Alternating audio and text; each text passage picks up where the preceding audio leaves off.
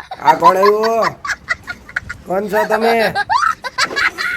Parcel વાળા ભાઈ છે ભાઈ. જે લોકો બ્લોગ જોવે છે એ ચેનલને સબસ્ક્રાઇબ નથી કરતા, લાઈક નથી કરતા, કમેન્ટ નથી કરતા, આવું કેમ?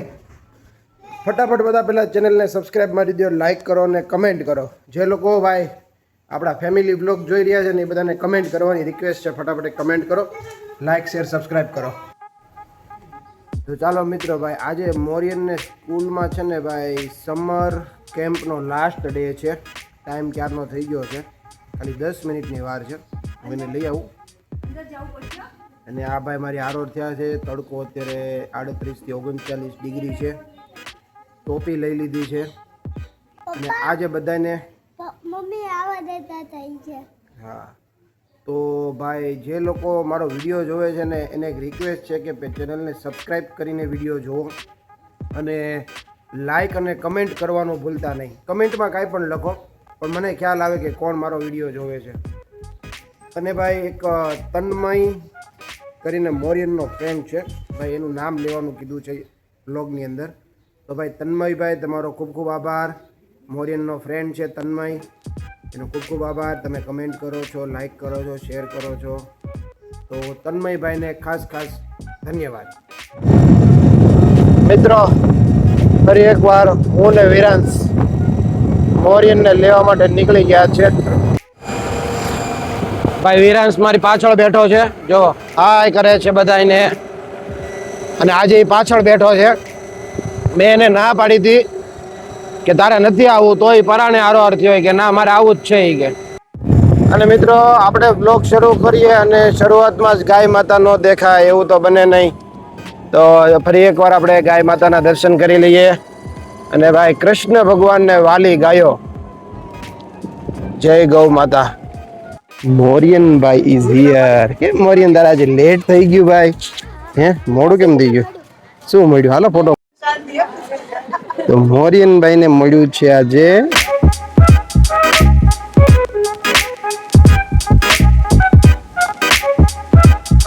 મોરિયન નું વિરાંશ. હા, મોરિયન નું સર્ટિફિકેટ આવી ગયું છે ભાઈ તમારું. અને હવે હું ને મોરિયન ઘરે જઈએ છે.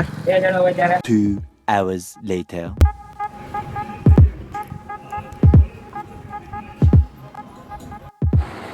તો મિત્રો બપોર પછીના ભાઈ 6:30 થઈ ગયા છે. કેટલા વાગ્યા? ઓ ભાઈ સાહેબ 7:15 થઈ ગયા મિત્રો. અને હજી જે ગરમ પવન આવે ને હજી એટલું જ વરાળું આવે છે. આમ 7:15 થઈ ગયા ને જો બહાર તમે જો વાતાવરણ કેવું છે, ઠંડુ હોવું જોઈએ. આ જો આવું વાતાવરણ છે અત્યારે મિત્રો. હજી વરાળું બહુ આવે છે. અને આજે ભાઈ શનિવાર છે ને તો ભાઈ હનુમાન દાદાએ દર્શન કરવા જવું છે, હનુમાન ધારા. તો આજે જઈએ હનુમાન દાદાએ અને તમને પણ દર્શન કરાવીએ. ચાલો કન્ટિન્યુ. અને મિત્રો સાચું કહું ને ભાઈ, કહેતા ભૂલી ગયો તો તમને, સાચું કહું ને તો ભાઈ વ્લોગ શૂટ કરવાનું મન જ નથી થતું. કારણ કે એટલી ગરમી પડે ને ભાઈ, હું ગરમીમાં શૂટ કરવું ભાઈ? 11, 10:30, 11 વાગ્યાથી એટલી ગરમી પડવા માંડે ને ભૂકા કાઢે. પછી જો આખો દિવસ દુકાને ને ઘરમાં જ તેને કાંઈક ને કાંઈક કામ કર્યા કરીએ. એમ થાય કાંઈક વ્લોગ શૂટ કરીએ ને કંઈક તમને બતાવીએ, એવું કંઈ થતું જ નથી. મોરિયન જો મારી સાથે દુકાનમાં હોટસ્પોટ ચાલુ કરાવીને બેઠો છે. દુકાનમાં આવે ને એટલે એમ કે હોટસ્પોટ ચાલુ કરો. અને હવે વેકેશન છે ને એટલે એ મારી હારે દુકાનમાં બેઠો હોય ને. બોલો બોલો. હા બેઠા આમાં આવો ને. તો ભાઈ આ બોલ અત્યારે હારો લેવાનો છે. વાહ ભાઈ વાહ. બીજો કયો બોલ લેવાનો? બહુ મસ્ત વ્યૂ આવી રહ્યો છે જો મિત્રો. વાહ 7:30 વાગ્યાનો વ્યૂ છે. મોરિયન જો ક્યાં બેઠો છે. હાય મોરિયન. હજી છે ને ભાઈ ગરમ પવન જ આવે છે. પૂછો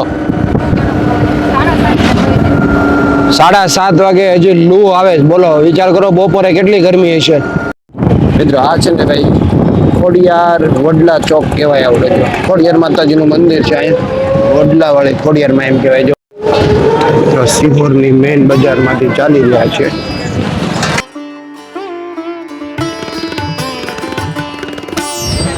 મિત્રો અમે હનુમાન ધારા પહોંચી ગયા છીએ અત્યારે. અને ભાઈ મેઇન બજારમાં બહુ ટ્રાફિક હતો. તો ભાઈ વિરાંશ ને મોરીએ બે ઉપર ચડવા માંડ્યા છે. પૂનમ અહીંથી જાય છે ઉપર.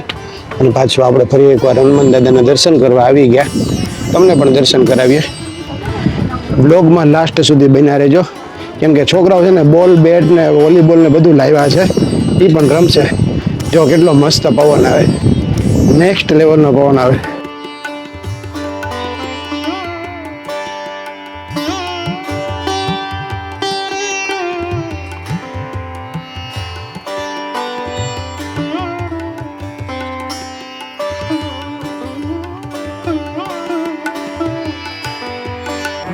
મોરિયમ છે ને આ લોકો ફ્રેન્ડ સાથે રમે છે.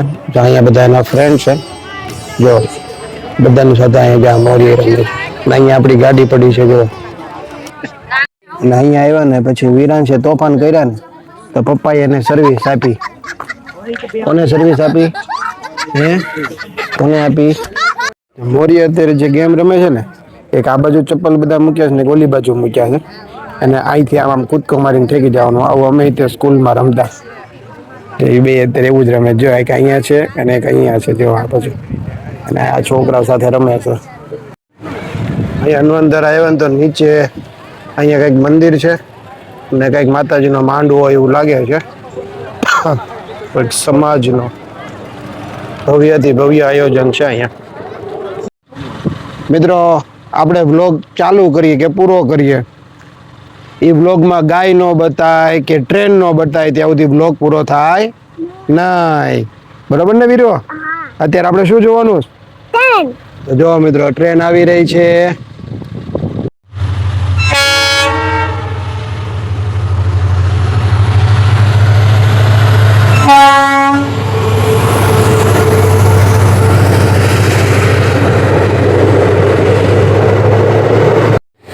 મિત્રો રાતના 9:30 થઈ ગયા છે. ભાઈ ઘરે આવી ગયો હનુમાન દાદાને દર્શન કરીને. અને ભાઈ છે ને પૂનમ છે ને અમે શાક માર્કેટમાં ગયા ને, અત્યારે બધી શાક માર્કેટ તો બંધ હોય, પણ જે જગ્યાએ ગયા ને ત્યાં જઈને હું બોલીને હમણાં ઉપર જઈને તમને બતાવું. તમે આમ દાંત કાઢી કાઢીને બઠ્ઠા પડી જાઓ. 2 hours later.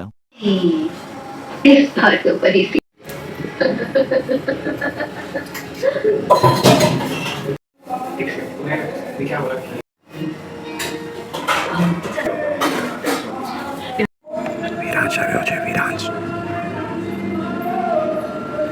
રેન્ક ચાલુ છે. વિરાંશ આવ્યો છો.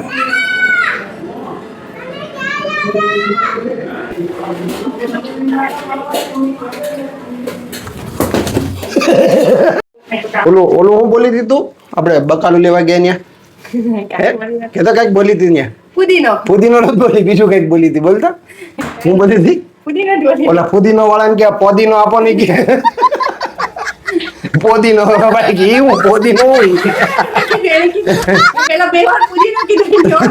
એ ભાઈ કે ભાઈ કે પોદીનો આપો ને, મેં પોદીનો હોય. ઉતાવળ મને કે મેં ક્યાંક સાંભળ્યું હતું કે એમ કે પોદીનો આપો ને, એ કે ઓલા ભાઈ વિચારમાં પડી ગયા પોદીનો હું. પોદીનો કહેવાય કે ફુદીનો કહેવાય? કમેન્ટ કરો મિત્રો. તો મિત્રો 10:30 થઈ ગયા છે અને હવે આપણે છે ને રૂમમાં આવી ગયો છું. જો અહીંયા વિરાંશ તોફાન કરે છે, સામે મોરિયમ છે અને ભાઈ પોદીનો આપો ને પોદીનો. ભાઈ હું વિચારમાં પડી ગયો, પોદીનો ન કહેવાય, ફુદીનો કહેવાય. આ સાથે આપણે આ બ્લોગ પૂરો કરી દઈએ છીએ. કેવો લાગ્યો તમને આજનો બ્લોગ? કમેન્ટ કરી દેજો, લાઈક કરજો, શેર કરજો અને સબસ્ક્રાઇબ કરવાનું ભૂલતા નહીં. ચાલો બાપા સીતારામ, બાય બાય.